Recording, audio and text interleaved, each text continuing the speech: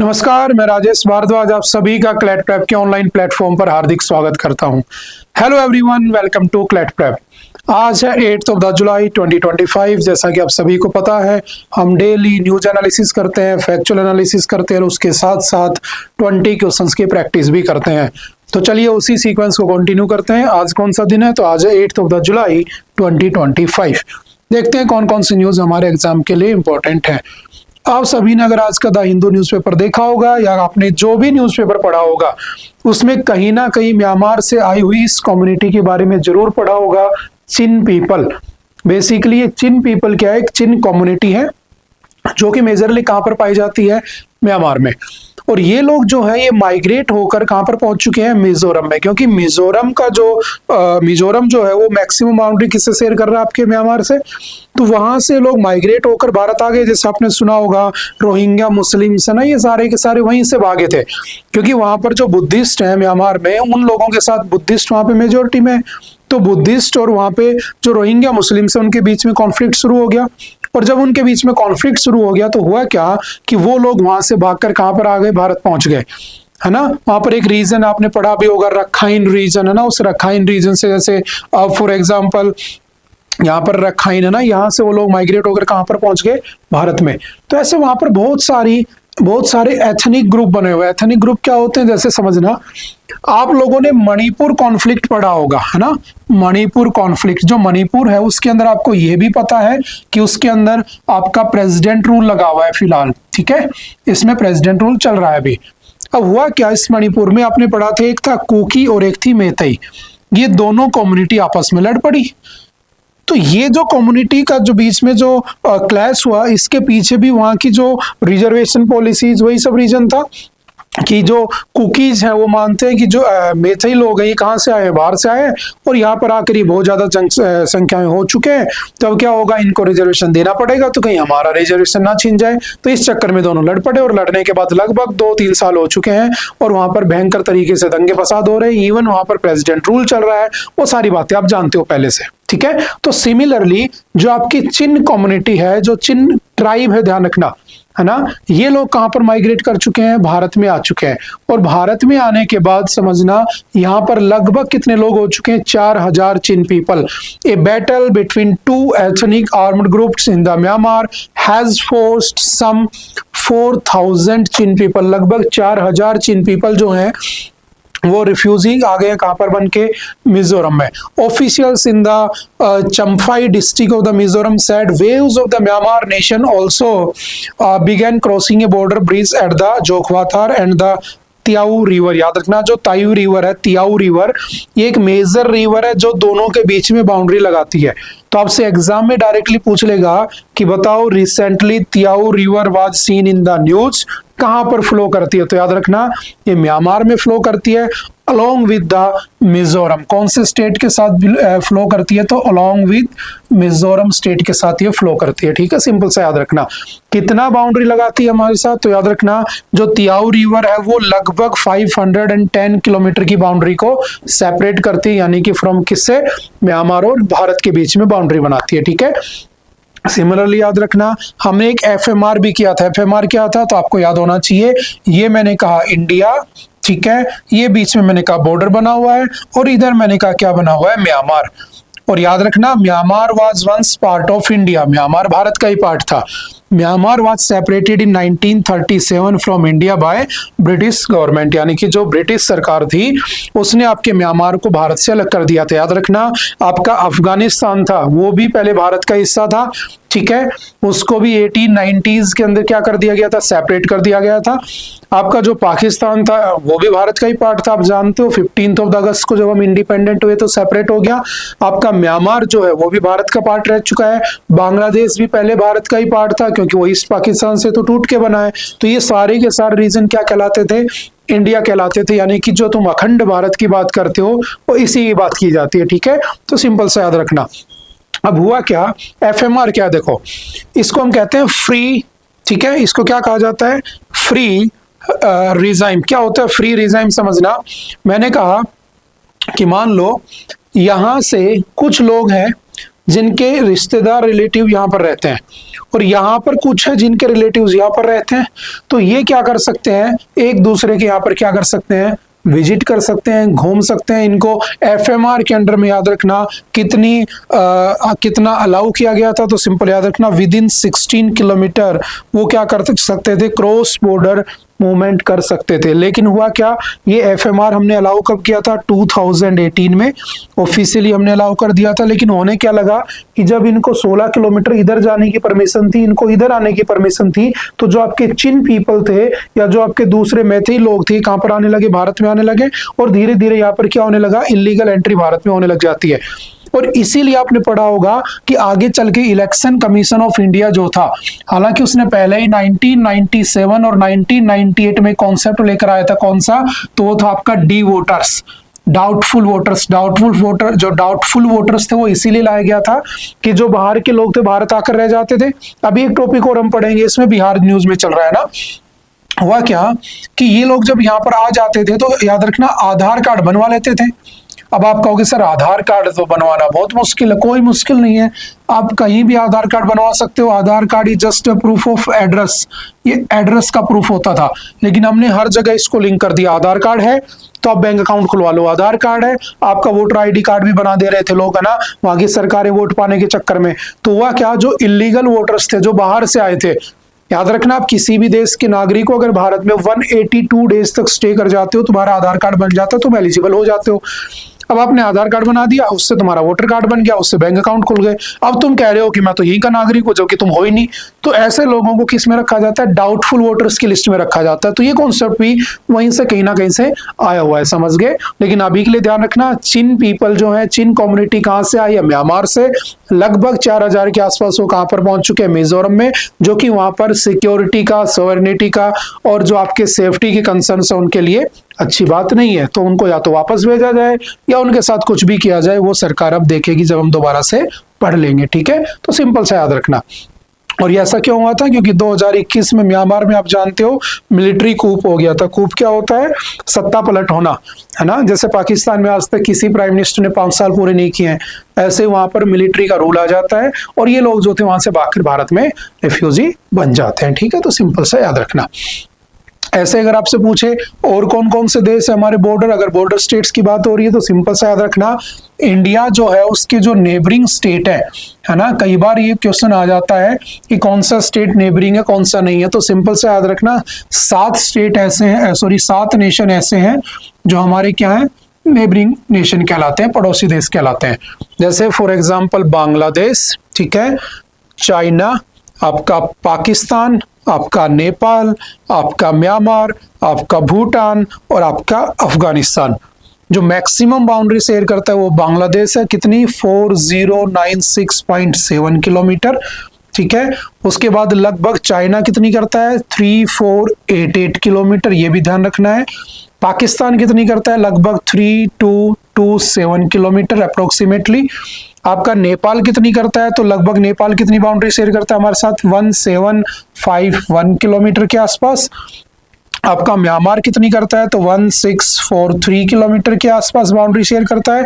आपका भूटान कितनी करता है, लगभग 699 किलोमीटर की बाउंड्री शेयर करता है। और आपका अफगानिस्तान कितनी करता है, लगभग 106 किलोमीटर की बाउंड्री शेयर करता है।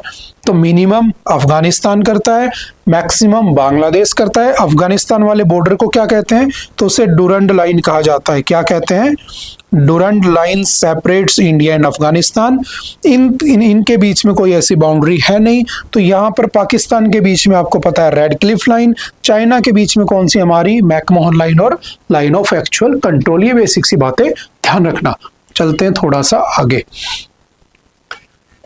Trump issues threat of extra 10% tariff on the BRICS nations. देखो समझना, जो ब्रिक कंट्री है ना, या ब्रिक्स के जो नेशंस है, अब काफी न्यूज में चल रहा है अभी, है ना। मोदी जी गए हुए हैं कहाँ पे, ब्राजील, है ना, वहां पे मीटिंग अटेंड किया, हालांकि चाइना नहीं गया। तो एक बात समझना, एक तरफ क्या है, हालांकि मैं कई बार समझा चुका हूं, लास्ट टाइम भी हमने पढ़ा था द हिंदू में। एक तरफ कौन है, ब्रिक्स, ठीक है। अब ये क्या है, जो यूएसए है ना, इस यूएसए को लगता है कि मेरी क्या चलेगी मनमर्जी। तो इसने क्या किया, इसको किस बात का घमंड हो गया, डॉलर का। और पूरी दुनिया जो है वो किस बात से परेशान है, डॉलर ज्यादा पावरफुल होता जा रहा है। क्योंकि आप किसी भी देश में चले जाओ, अगर आप वहां जाओगे और आपके पास डॉलर है तो आपको कुछ भी खाने पीने को मिल जाएगा, आपका काम चल जाएगा। लेकिन अगर आप गलती से चले गए हमारे भारत का रुपया लेकर, गांधी जी लेकर, तो कोई गारंटी नहीं है कि वो चलेगा नहीं चलेगा, क्योंकि उसको इंटरनेशनल करेंसी के रूप में नहीं माना जाता है। तो सारी दुनिया चाहती है कि हम वेस्ट में डिपेंडेंट ना रहे। तो ये जो ग्रुप है ना आपका ब्रिक्स, ये बेसिकली एंटी वेस्ट है, यानी कि हमें वेस्टर्न कल्चर या वेस्टर्न डिपेंडेंसी नहीं रखनी है। और ये जो ग्रुप है इसको एंटी यूएसए भी कहा जाता है। अब जब इसको ये सारा कहा जाता है तो इसमें देखो ब्राजील है, रशिया है, इंडिया है, चाइना है, साउथ अफ्रीका है। और हम काफी बार पढ़ चुके हैं, ओरिजिनली बना जब ये ब्रिक ही था, साउथ अफ्रीका इसमें 2010 में ज्वाइन हुआ होता है, ठीक है। तो ये जो सारे के सारे देश हैं, ये सारे एंटी डॉलर करके बैठे हैं, ठीक है, क्योंकि डॉलर का डॉलराइजेशन नहीं चाहते, वो डी डॉलराइजेशन चाहते हैं। तो ये क्या बोले लास्ट ईयर कि हम क्या बनाएंगे, ब्रिक्स नाम की करेंसी बनाएंगे। इवन अगर आप लोगों ने न्यूज देखी होगी तो इस बार भी कह दिया गया है कि अमेरिका अपनी मनमर्जी ना करे, अगर चाहेंगे तो दुनिया के जो दूसरे देश हैं वो भी क्या करेंगे, अमेरिका के ऊपर टैरिफ लगा देंगे। और एक बात समझना, जैसे ऐसा हुआ तो जो आपका यूएसए है, उस यूएसए ने कहा कि जो ब्रिक कंट्रीज है ना, मैं उनके ऊपर 10% टैरिफ लगाऊंगा।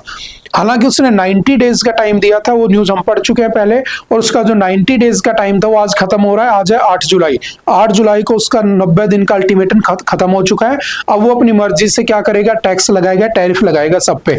तो हमने ब्राजील में कहा, ब्राजील जो आपके ब्रिक्स मेंबर हैं, कि ऐसा ना समझे अमेरिका कि अपनी मनमर्जी करेगा, हम जैसे देश भी उस पर टैरिफ लगा सकते हैं। तो बेसिकली मेन दिक्कत क्या है, डॉलर का डी डॉलराइजेशन करना है। और इसी बात से तिलमिलाया बैठा है कौन, अमेरिका, यानी कि डोनाल्ड ट्रंप। और वो चाहता है कि मेरे डॉलर की क्या बढ़े, मेरे डॉलर की इमेज बढ़े, मेरे डॉलर की रीच पहुंचे लोगों के पास। तो उसने क्या किया, बहुत सारी ऐसे इवेंट कर दिए कि लोगों को ऐसा लग रहा है कि पता नहीं अब अमेरिका के साथ क्या होगा, अब कितना टैरिफ लगेगा, अब डॉलर ज्यादा मजबूत हो जाएगा। तो आपने सुना होगा जो मार्केट में कभी ऐसा होता है कि कोई चीज स्ट्रोंग होने वाली है तो उसकी जो खरीद है वो बढ़ जाती है। तो हर देश क्या करने लगा है, तो इसी होड़ में, इसी रेस में हर देश क्या कर रहा है, डॉलर इकट्ठा करने की कोशिश कर रहा है। अब जितना ज्यादा डॉलर को इकट्ठा करने की कोशिश की जाएगी, भाई फ्यूचर में हो सकता है हमें ट्रेड करना पड़े, तो ये एक अनसर्टेनिटी क्रिएट कर दी है किसने, यूएसए ने। अब जितना लोग डॉलर की तरफ इतना झुकाव रखेंगे तो जो दूसरी करेंसी वो कमजोर हो जाएंगी। तो कहीं ना कहीं भारत की जो रुपया है वो भी कमजोर हो जाएगा, क्योंकि हर देश डॉलर को रखना चाहेगा, हमें कोई रखना ही चाहेगा। जैसे बहुत बार बच्चे कहते हैं कि सर हम रुपये से क्यों नहीं कर लेते ट्रेड, है ना, इसको इंटरनेशनल क्यों नहीं बना देते। नहीं बना पाओगे, क्योंकि मान लो रशिया है, रशिया की करेंसी है रूबल। अब क्या गारंटी है कि रशिया आपसे रुपया लेगा, क्यों लेगा रशिया रुपया, क्योंकि तुमसे रुपया लेकर वो रुपये में कुछ खरीद नहीं पाएगा।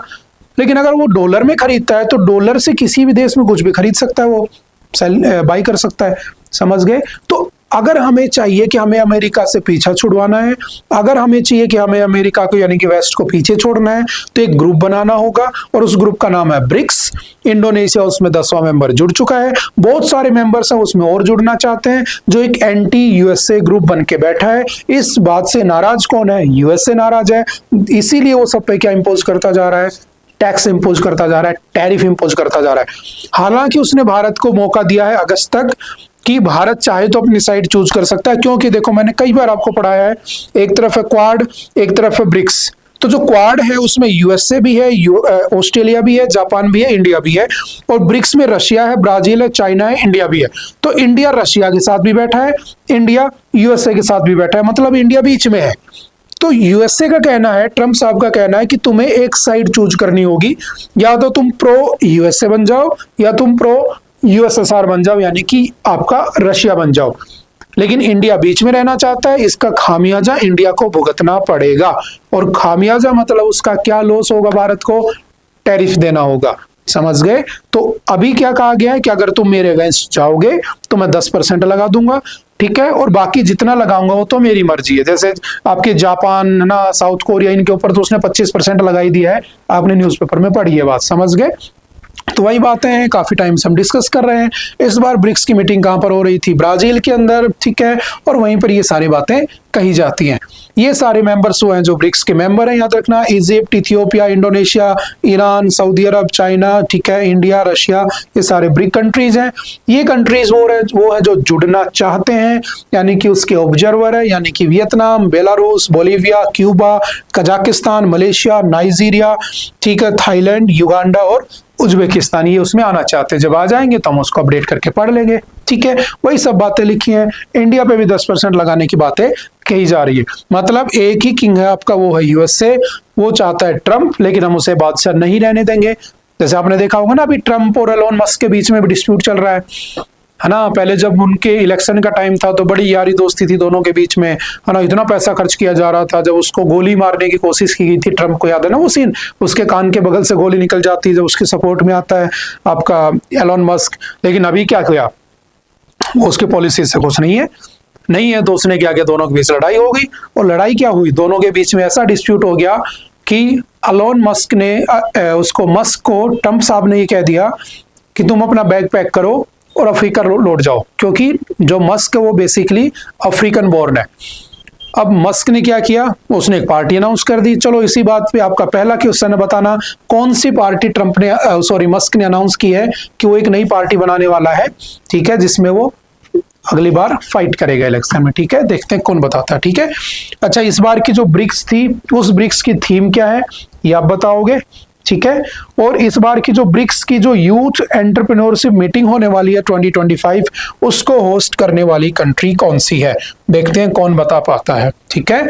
ये दो क्वेश्चन आपको बताने हैं। अच्छा, इसका यूएसए पे क्या इफेक्ट पड़ेगा, तो यूएसए पे ये इफेक्ट पड़ेगा कि वहां के जो कंज्यूमर है ना, जो वहां पे कंज्यूमर है एंड लेवल पे, उनके लिए प्रोडक्ट महंगे हो जाएंगे, ठीक है। और उन्हें मजबूरन अपने देश के प्रोडक्ट खरीदने पड़ेंगे, या फिर बाहर के प्रोडक्ट उनके लिए ज्यादा महंगे हो जाएंगे, तो उनके ऊपर भी इफेक्ट देखने को मिलेगा, ठीक है। चलते हैं थोड़ा सा नेक्स्ट। अच्छा टॉपिक है, बहुत दिन से चल रहा है, तो एग्जाम के पॉइंट ऑफ व्यू से इसके सारे फैक्ट जरूर याद रखना, ठीक है, कई बार पढ़ा है हमने। नेक्स्ट है fostering a commitment to stop maternal death.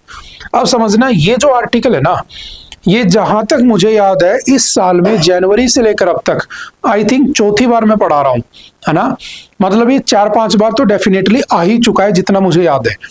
तो आपके एग्जाम के पॉइंट ऑफ व्यू से इंपॉर्टेंट तो है ही है, साथ ही साथ ये हमारी हेल्थ के पॉइंट ऑफ व्यू से बहुत ज्यादा इंपॉर्टेंट है। देखो, एक होता है कि एक हेल्दी कोई भी इंसान है, सभी का राइट टू लिव है, राइट टू हेल्थ है, ठीक है, सभी को अच्छे से खाना पीना रहने का अधिकार होता है।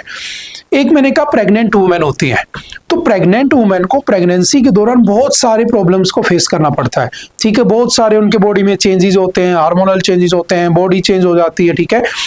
उसके साथ साथ बहुत सारी वुमेन ऐसी होती हैं जो उस बात को एक्सेप्ट नहीं कर पाती हैं, यानी कि वो नहीं सहन कर पाती है, और बहुत सारों की डेथ हो जाती है। तो ये जो डेथ होती है ना, इसे कहा जाता है मैटरनल मोर्टेलिटी रेट। यानी कि अगर 1 लाख, याद रखना, अगर 1 लाख महिलाओं ने बच्चों को जन्म दिया, यानी कि 1 लाख डिलीवरी हुई, उसमें से कितनी जो मदर हैं, जो माताएं हैं, उनकी डेथ हुई, इस बात को क्या कहा जाता है, मैटरनल मोर्टेलिटी रेट कहा जाता है। सिंपल सा याद रखना। तो भारत में इतना आगे जाने के बाद भी, हम इतना आगे पहुंच चुके हैं साइंस में भी, फिर भी, है ना, हमारे यहाँ पर मैटरनल मोर्टेलिटी रेट बहुत ज्यादा है। अगर मैं कंपेयर करूं 2019-21 में, तो ये कितना था, 93 था, ठीक है। 2017 और 19 में कितना है, 103 था। तो ये 103 से ये कितना हो चुका है, 93। लेकिन ये राइटर यही कह रहा है कि in child birth in India, why should 93 women lose their life while 1 lakh women have a safe delivery? यानी कि जब 1 लाख महिलाएं सेफ डिलीवरी कर सकती हैं, तो ऐसा क्या है भारत में कि 93 महिलाओं की डेथ हो जाती है। तो उसके लिए बहुत सारी चीजें रिस्पॉन्सिबल होती हैं, और ये सब डाटा कौन देता है, तो याद रखना, सैंपल रजिस्ट्रेशन सिस्टम, ठीक है। Maternal death is the death of a woman while pregnant or within 42 days of the termination of the pregnancy, irrespective of the duration and the site of the pregnancy, from any cause related to or aggravated by the pregnancy or its mismanagement, but not from the accidental or the incidental cause। बस accident से या किसी दूसरे कारण से death नहीं होनी चाहिए। अगर उसकी डेथ प्रेगनेंसी की वजह से होती है, तो उसे क्या कहते हैं, मैटरनल मोर्टेलिटी रेट में काउंट किया जाता है। समझ गए। तो भारत की अभी कितनी है 93। हमारी कोशिश है कि इसे अंडर 20 लाया जाए, कि कम से कम तो ऐसा हो सके कि महिला जब प्रेगनेंसी में होती है तो कम से कम 20 महिलाओं की डेथ हो 1 लाख में। होना तो 0 चाहिए, लेकिन हमारी कोशिश है विद इन 20 लाना। और पहला ऐसा स्टेट है जो इसको अचीव कर चुका है, और उसमें सबसे कम मैटरनल मोर्टेलिटी रेट होती है। बताना कौन सा स्टेट है, देखते हैं कौन बता पाता है। मैं पढ़ा चुका हूं 3 बार इससे पहले, ठीक है, आपको याद होना चाहिए। इसमें सबसे बड़ी प्रॉब्लम होती है जो इसमें डिस्कस की हुई है ना, 4 आर्टिकल है, पढ़ना जरूर। एक्सपर्ट केयर है ना, कई बार होता है कि अच्छे डॉक्टर के पास नहीं जाना, अच्छी जगह नहीं जाना, ठीक है, खुद से ही सोचना कि घर पर प्रेगनेंसी हो जाएगी, है ना, कोई दादी बूढ़ी होगी उसको लगेगा कि हमारे यहाँ पर ऐसा ही हुआ था तो यहाँ भी ऐसा हो जाएगा, तो उसमें डेथ हो जाती है, लेबर पेन में डेथ हो जाती है। ओल्ड थिंकिंग वही है, waiting for the normal delivery, ठीक है, ट्रांसपोर्टेशन, बहुत सी जगह तो ट्रांसपोर्टेशन नहीं मिलता। देखो इसका एक अच्छा एग्जांपल अभी है, अगर कल आप लोगों ने सोशल मीडिया चलाते हो तो एक वीडियो देखी होगी, हालांकि द हिंदू में छोटा सा आर्टिकल भी छपा था, मैंने उसको वहां से नहीं उठाया क्योंकि यहाँ पे हम उसको कवर कर लेंगे, ठीक है।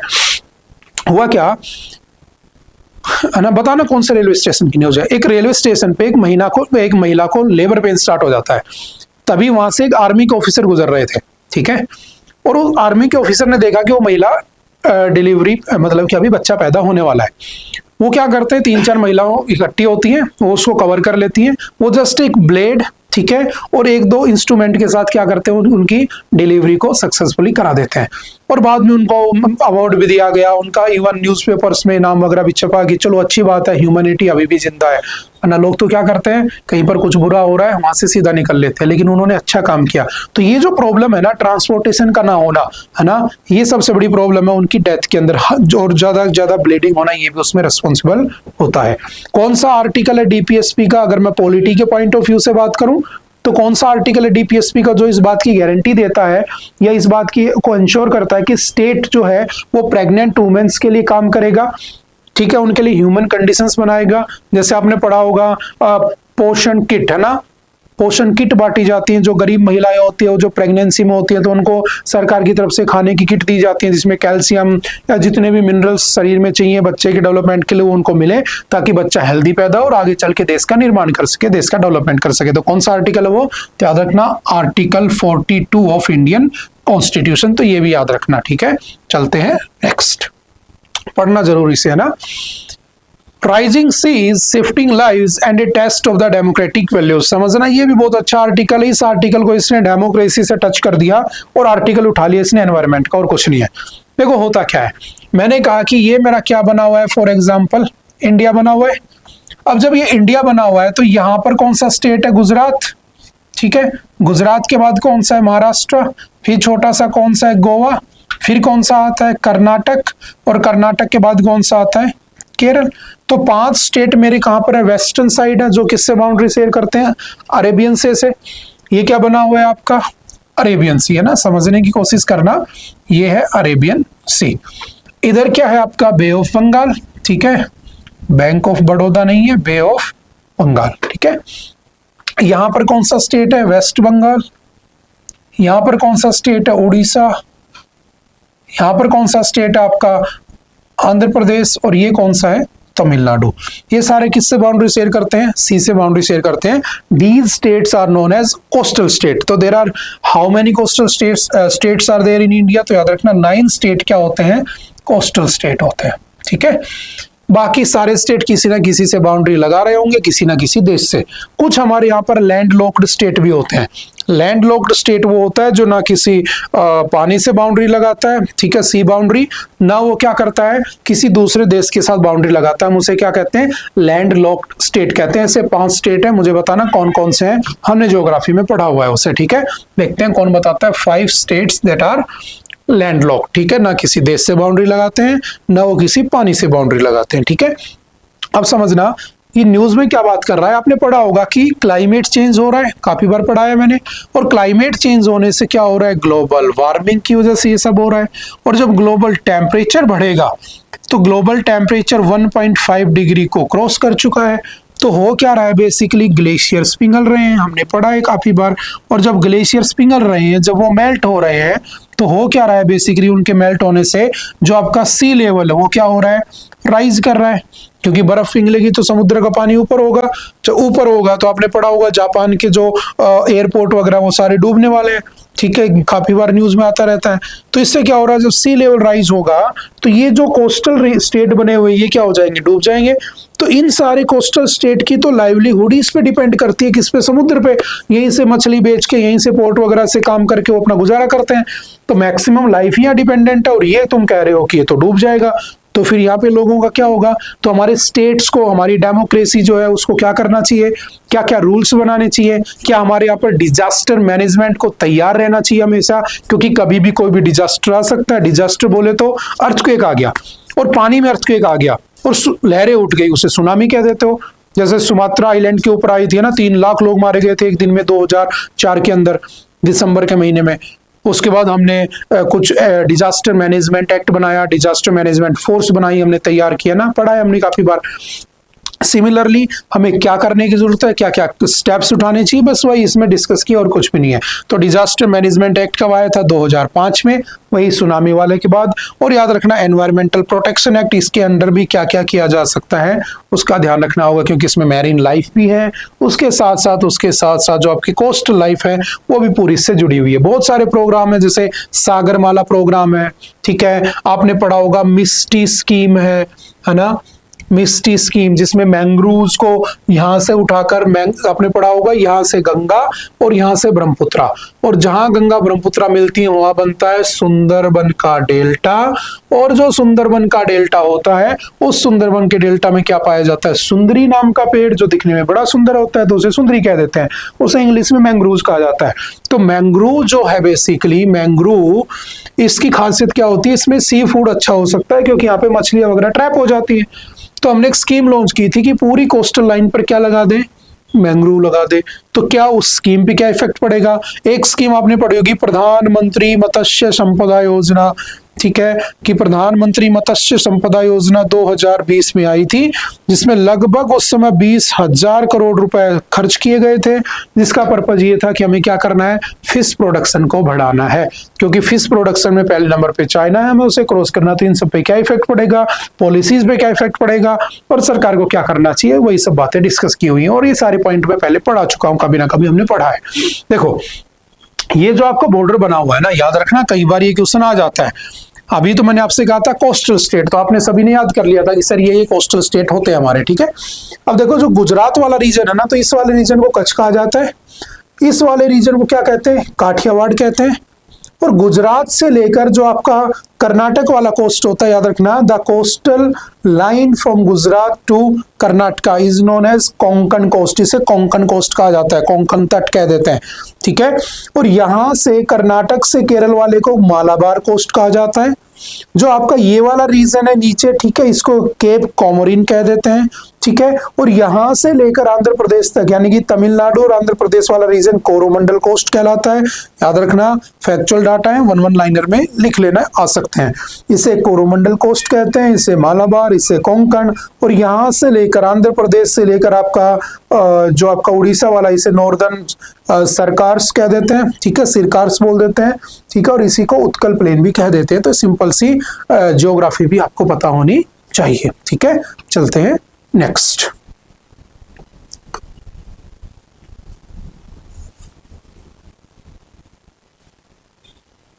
Batting for the prevention a one health programme is essential to prevent the zoonotic spillover। देखो ये बात उसी कर रहा है, with the 2 cases of the Nipah virus detected in the Kerala में 2 निपा वायरस आए थे। हमने पढ़ा था निपा वायरस पहली बार 1998 में मलेशिया में आया था, उसके बाद 1999 में सिंगापुर में आया था, 2001 में वो भारत में भी आ चुका था।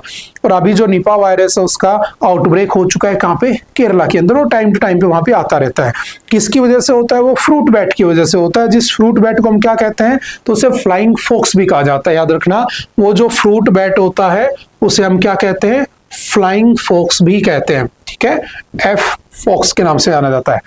तो कहा गया कि यार ऐसा क्या है, देखो जो जूनोटिक डिजीज होती है ना, जूनोटिक डिजीज वो होती है जो जानवरों से इंसानों में आती है, हमने पढ़ा था लास्ट टाइम, ठीक है।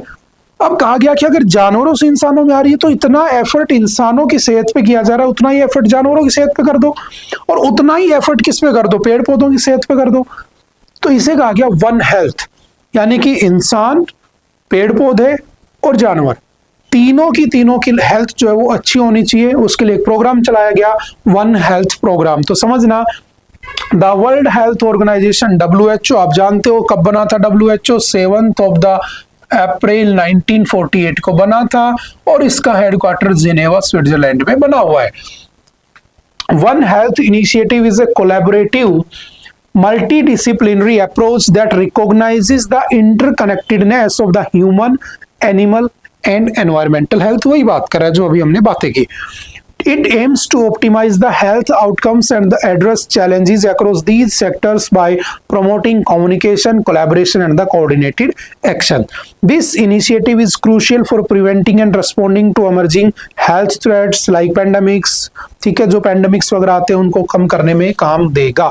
तो हमें क्या करना चाहिए? तीनों के ऊपर काम करना चाहिए। तो आपसे पूछ लेगा वन हेल्थ इनिशिएटिव किसका है? तो WHO का है। क्यों लाया गया था? तो इसलिए लाया गया था। तो अगर हमें जूनोटिक डिजीज को कम करना है तो हमें वन हेल्थ इनिशिएटिव को प्रमोट करना चाहिए। बस इतनी सी बात ही हमसे कहना चाह रहा है। ठीक है, नेक्स्ट है, women MSME still struggle for credit despite schemes. समझना, बहुत अच्छा आर्टिकल है। ठीक है, काफी बार हमने इसके बारे में डिस्कस भी किया है कि एक्चुअल में होता क्या है। समझना, होता क्या है, देखो ध्यान से समझना। MSME क्या होता है पहले तो ये समझो। What do you mean by MSME?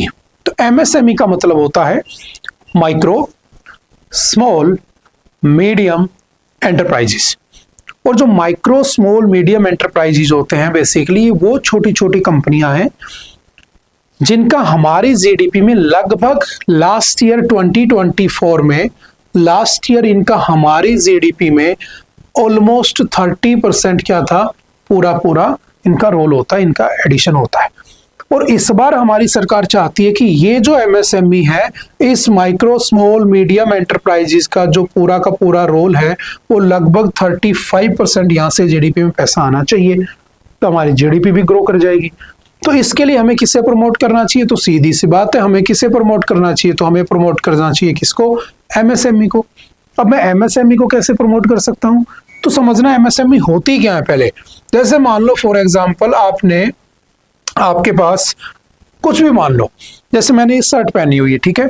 अब मे बी ये शर्ट किसी कहीं और से आई होगी, इसके बटन कहीं और लगे होंगे, ठीक है। तो डेफिनेटली जो ये छोटी छोटी कंपनियां होती है, आपने देखा होगा कोई भी इंसान है वो किसी बेसमेंट में 4-5 सिलाई मशीन लेके बैठा है, ठीक है। वो कंपनियों के ऑर्डर आ रहे हैं उसके पास, वो उसमें बटन लगा रहा है, सिलाई कर रहा है, ठीक है। बाइक है, बाइक का कोई मरगाड बना रहा है अपने घर में, 10 लोगों को लेके कोई काम धंधा खोल के बैठा है, ठीक है। कोई साइकिल की चैन बना रहा है, ठीक है, उसका काम ही यही है, और वो एटलस जैसी जो साइकिल कंपनियां उनको ये सब सप्लाई कर रहा है। तो दीज टाइप ऑफ जो कंपनीज होती है जो छोटी हैं, स्मॉल है और मीडियम है, उनको MSME कहा जाता है। और जो बड़ी कंपनियां जैसे रिलायंस हो गया, ठीक है, टाटा हो गया, तो बहुत बड़ी कंपनियां हो गई, हम उनकी बात नहीं कर रहे हैं, वो लार्ज कंपनियां, बिग कंपनियां, ठीक है।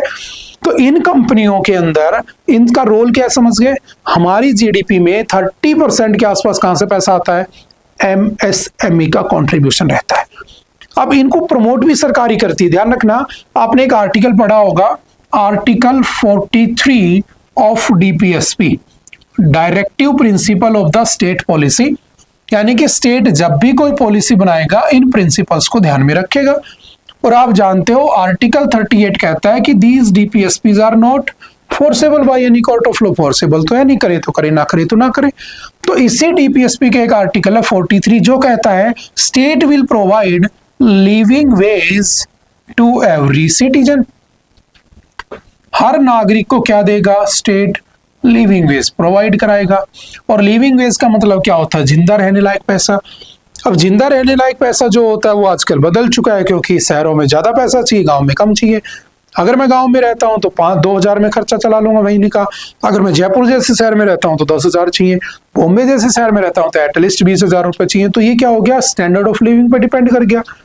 तो हमारी सरकार क्या कर रही है, इस लिविंग वेज को मिनिमम वेज में कन्वर्ट करने का प्लान बना रही है। ये भी हमने एक बार पढ़ा है करंट अफेयर में, क्योंकि मिनिमम वेज का मतलब है कि एटलीस्ट इतना तो चाहिए।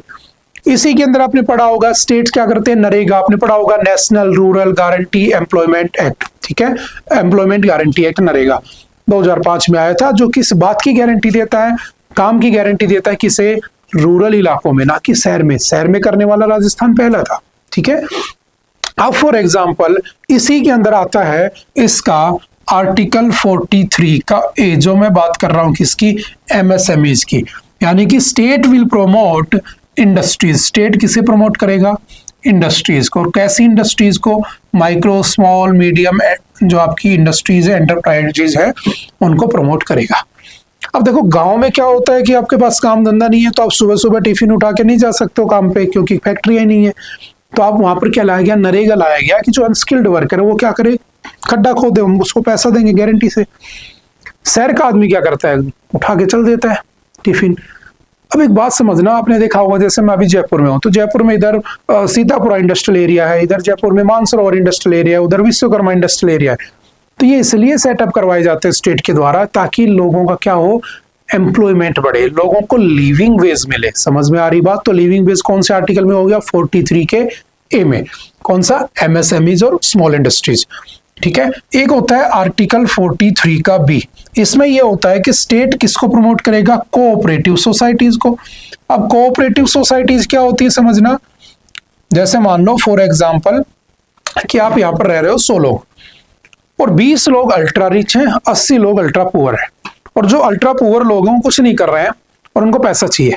तो 20 लोगों ने जो अल्ट्रा रिच है उन्होंने क्या किया, मिलकर एक बैंक खोल दिया। ठीक है। जैसे मैं टोंक फाटक पे खड़ा हूं अभी, तो टोंक फाटक ग्रामीण बैंक कुछ भी खोल दिया मान लो, है ना। और इन लोगों ने को लोन देना शुरू कर दिया। पैसा आ गया इनके पास। अब जैसे पैसा आ गया तो इन लोगों ने क्या किया, काम धंधा खोल लिया। कोई रेडी लेके आ गया, कोई टेम्पो लेके आ गया, कोई ऑटो लेके आ गया, ई रिक्शा लेके आ गया, और उन्होंने काम धंधा करना शुरू कर दिया। इनकम हुई, उन्होंने बैंक वालों का पैसा लौटा दिया, विद इंटरेस्ट लौटा दिया। तो उन 20 लोगों की भी कमाई हो गई, इंटरेस्ट आ रहा है।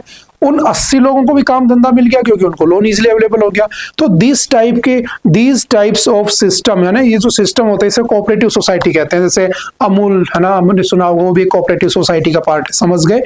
तो इससे भी हम एम्प्लॉयमेंट जनरेट कर रहे हैं, बेसिकली हम समझ में आ रही है। तो उसे लिविंग वेज प्रोवाइड करा रहे हैं ताकि वो जिंदा रह सके। तो एमएसएमई उसका भी पार्ट है। तो इसका पॉलिटिकल पॉइंट भी थोड़ा सा याद रखना है। ठीक है। अब चलते हैं इस न्यूज में कहना क्या चाह रहा है, ये बात कर रहा है इसमें, याद रखना इस आर्टिकल के ही निकाले हुए पॉइंट है ये। ठीक है। क्रेडिट गैप की बात कर रहा है। What do you mean by credit gap समझना, एक मैन और एक वुमेन दोनों गए लोन लेने। तो जब लोन मांगा गया तो इस महिला ने कहा कि मुझे 100 रुपए लोन चाहिए। तो बैंक वाले जो होते हैं ना, वो क्या करते हैं, इसे 70 रुपए, 80 रुपए, मैक्सिमम 90 रुपए तक की लोन देते हैं। अब सोचो इसकी नीड कितनी थी, 100 रुपीज की, बट इसको लोन कितना मिला, 70 रुपीज का। तो ना तो इस महिला का काम हो रहा है, ना इसको उतना पैसा मिलना चाहिए तो उतना पैसा मिल रहा है। इस वजह से जो एमएसएमई सेक्टर है ना, वो क्या होता जा रहा है, कमजोर होता जा रहा है। और एमएसएमई सेक्टर में, micro small medium enterprises sector में जो वुमेन है उनका रिप्रेजेंटेशन खत्म होता जा रहा है। समझ में आ रहा है। इसको हम क्या कहते हैं, क्रेडिट गैप। यानी कि क्रेडिट दिया जाता है, जब पैसा दिया जाता है तो उसमें गैप बहुत ज्यादा मिलता है। मेल के साथ ऐसा नहीं है, मेल के साथ बिल्कुल उल्टा है। लगभग 20% के आसपास मेल में पाया जाता है क्या, आपका क्रेडिट गैप। और जो वुमेन उनके साथ 35% है, जैसा कि अभी रिपोर्ट आई है। तो ये भी कहीं ना कहीं वुमेन्स को पार्टिसिपेशन से दूर रख रहा है। बस उसी की बात कर रहा है कि women MSME still struggle for the credit despite schemes, जबकि स्कीम्स बहुत सारी हैं। 2024 में नियरली 30% जीडीपी जो था वो एमएसएमई से था। ठीक है। और सरकार का एम कितना करना है, मुझे 35%, ये मैं पढ़ा चुका हूं। ठीक है। मेल जो था उसमें क्रेडिट गैप कितना है, 20, फीमेल में कितना है, 35। जबकि ऐसा नहीं होना चाहिए, क्योंकि बहुत सारी स्कीम्स हमारे पास आ रखी हैं। कौन कौन सी स्कीम आ रखी है, तो चलिए पढ़ते हैं थोड़ा सा आगे चल के। देखो वुमेन ऑन कितनी एमएसएमईज है, 20%, वही डाटा है, बस यहाँ पे लिखा हुआ है। ठीक है। जो अभी मैंने पीछे दिखाया था इमेज में। टोटल टर्नओवर कितना है, तो देखो वुमेन ऑन 20% है, जबकि उनका टर्नओवर सिर्फ 10% आता है, 10%, जो कि बहुत कम है। ठीक है। दूसरी बात, अकॉर्डिंग टू सिडबी क्या होता है आपका, तो याद रखना ये एक ऐसा बैंक है जो आपके जो एमएसएमईज वाले सेक्टर होते हैं ना, उनको लोन देने के लिए ही बनाया गया था, सिडबी बैंक। ठीक है। अब हुआ क्या, इसने बताया कि क्रेडिट गैप के बारे में। ठीक है। अब बहुत सारी स्कीम चलाई जाती है सरकार के द्वारा, जो इन लोगों को, इन चीजों को प्रमोट करती है। जैसे आपने एक नाम सुना होगा, पीएम मुद्रा स्कीम। जो पीएम मुद्रा स्कीम थी वो 2015 में लॉन्च की जाती है, ठीक है। चलो मैंने पूछना था तुमसे, मैंने बता दिया, कोई बात नहीं। 2015 में आई थी, 2015 में पीएम मुद्रा स्कीम। और इस पीएम मुद्रा स्कीम में याद रखना कोलेटरल फ्री लोन दिया जाता था, जो कि नॉन फार्मिंग सेक्टर का आदमी, यानी कि आप नॉन फार्मिंग में हो, एमएसएमई में हो, तो आप जाओ, आपको कुछ भी ऐसा कुछ शो करने की जरूरत नहीं है, आपको पैसा दे दिया जाएगा। और इसमें कहां तक पैसा मिलता है पीएम मुद्रा लोन में, तो याद रखना अप टू 20 लाख रुपए, 20 लाख रुपए तक आपको पैसा दे दिया जाता है, ठीक है। अगर मैं बात करूं डाटा की, तो डाटा ये कहता है कि अगर टोटल इतने लोन बांटे गए हैं तो वुमेन्स को सिर्फ कितने 42 लाख ही वुमेन है जिनको वो लोन दिया गया है, जो कि मैक्सिमम कौन है उसमें, आपके मेल्स हैं। तो सिंपल से याद रखना, ठीक है। इसके अंडर में 3 तरह के लोन होते हैं। एक होता है शिशु, शिशु का मतलब होता है 50,000 रुपए तक का लोन दिया जाएगा आपको। एक होता है किशोर, किशोर का मतलब है कि 50,000 से 5 लाख रुपए तक का लोन दिया जाएगा। एक होता है तरुण, तरुण का मतलब है कि 5 लाख से 10 लाख रुपए तक का लोन दिया जाएगा, स्कीम का नाम है। और एक का नाम है अभी लास्ट ईयर लॉन्च की गई थी, इसी साल लॉन्च हुई है 1 अप्रैल को, तरुण प्लस। तरुण प्लस में क्या है, तो इसमें लोन जो है वो आपका 20 लाख रुपए तक कर दिया जाता है, ठीक है। ये सारी बातें याद रखना। कौन सा उसके अंडर में दिया जाता है, तो बैंकिंग रेगुलेशन एक्ट 1949 के अंडर में ये सब काम किया जाता है। सिंपल से याद रखना। बैंक कौन सा जो लोन देता है, सिडबी बैंक जो है वो उसको लोन देता है, ठीक है। चलते हैं next. India will give new form to BRICS in 2026। Modi ji कह रहे हैं कि 2026 में इंडिया जो होगा ना, ब्रिक्स को कुछ नया देने वाला है। मतलब आप सीधा सा अंदाजा लगा लीजिए कि अगली बार 2026 में जो आपकी ब्रिक्स होने वाली है, उस ब्रिक्स को होस्ट कौन करने जाने वाला है, तो उसका होस्ट बनने वाला है इंडिया। तो अगली बार कहां पर होगी, इंडिया में। इस बार कहां हो रही है, 2025 में, तो याद रखना ब्राजील में हो रही है, ठीक है। 2024 में क्या हो, कहां हुई थी, 2024 में, तो याद रखना आपके रशिया में हुई थी, ठीक है। तो इस बार, last year and next year, मुझे ये एटलीस्ट पता होना चाहिए कहां पर ये मीटिंग हो रही है, क्योंकि एग्जाम में पूछ लेता है, ठीक है। बाकी हमने पढ़ लिया था ब्रिक्स के बारे में, तो हम इसको थोड़ा सा क्रॉस कर देते हैं। स्पेशल इंटेंसिव रिवीजन, याद रखना सर, व्हाट इज सर, तो जो सर है ये 1977 के सुप्रीम कोर्ट के डिसीजन के बाद आया था। What do you mean by sir, तो सर का मतलब है स्पेशल इंटेंसिव रिवीजन। देखो बिहार वाली न्यूज है ना, एक बार बिहार वाली न्यूज के ऊपर थोड़ा सा नजर डाल लेते हैं।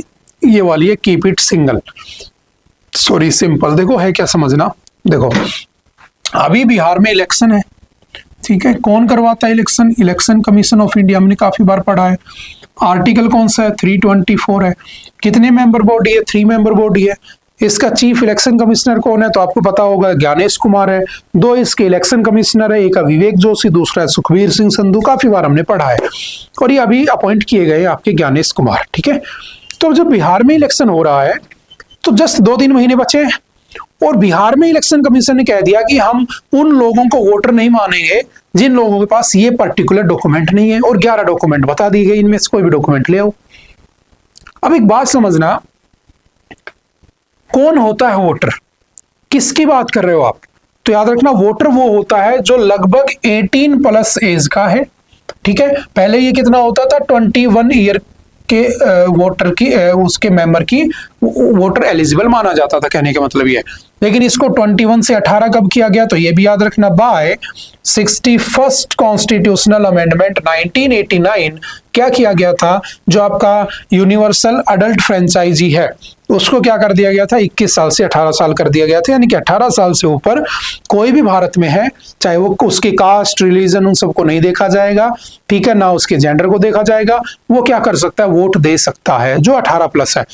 तब उन 18 प्लस के लोगों में अगर तुम्हें ये देखना है कि भाई कौन एलिजिबल है, कौन नहीं है, कौन वोट देगा, कौन नहीं देगा, उसके डॉक्यूमेंट देखने हैं। जैसे इसमें आधार कार्ड को कैंसिल कर दिया गया, आधार कार्ड को हम नहीं मानेंगे।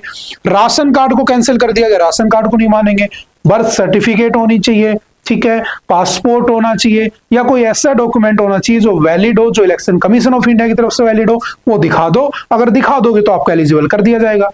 अब सबसे बड़ी प्रॉब्लम ये आ रही है कि जो अपोजिशन पार्टियां हैं वो ये कह रही हैं कि सरकार को अगर ये करना था तो सरकार ने इसे पहले क्यों नहीं किया, करो, रिफॉर्म करो।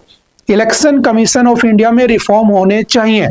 वोटर्स को, जैसे मैंने अभी थोड़ी देर पहले समझाया था, डाउटफुल वोटर्स का कॉन्सेप्ट था, ये सब होने चाहिए। कि कोई फर्जी वोटिंग तो नहीं कर रहा है। कई बार देखा, मैं कुछ ऐसे लोगों को जानता हूं पर्सनली जिनके 3-3 4-4 स्टेट के वोटर आईडी बने हुए हैं, वो वहां भी वोट डाल जाते हैं, वहां भी वोट डाल जाते हैं। ये नहीं होना चाहिए, लेकिन इसमें टाइम होना चाहिए, इसमें टाइम लिमिट होनी चाहिए थी। अब 2 महीने बचे हैं, अब कहाँ 2 महीने में कोई मान लो बिहार है, और बिहार में तो सबसे ज्यादा लोग बाहर माइग्रेट कर जाते हैं काम के लिए।